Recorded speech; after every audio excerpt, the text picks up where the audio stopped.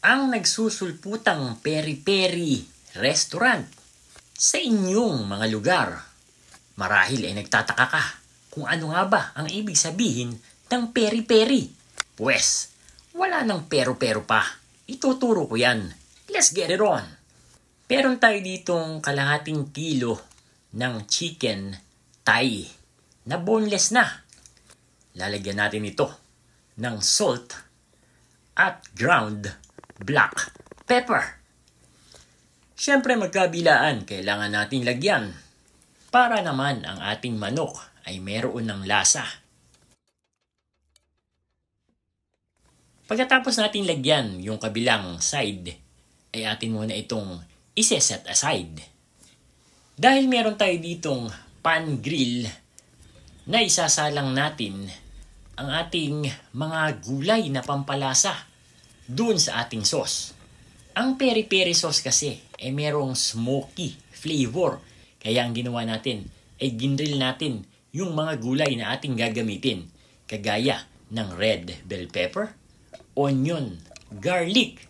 Meron din tayong siling pula at siling berde, dried oregano, chili powder, suka, lemon juice, or calamansi juice kung anong meron kayo, ketchup, mantika, at brown sugar. So atin na itong i-blend at kailangan talaga ito kung meron kayong blender or food processor. Mas mabibilis ang inyong trabaho.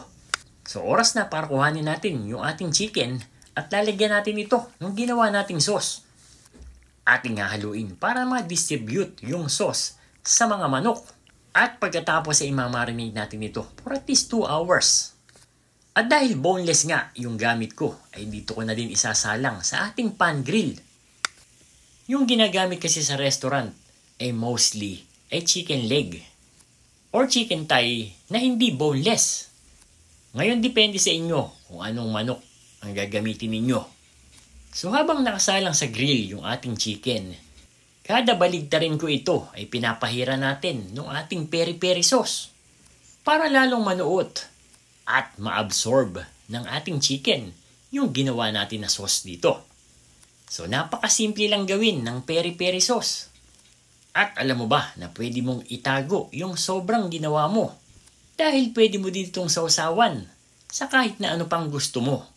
Palagay ko'y oras na para ito'y ating matikman. May kanino wala, panalo ito.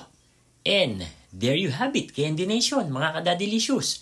Ito yung ating version ng pang-restaurant na peri-peri sauce. Sa sobrang sarap, malamang makalimutan mo pati ang pangalan mo.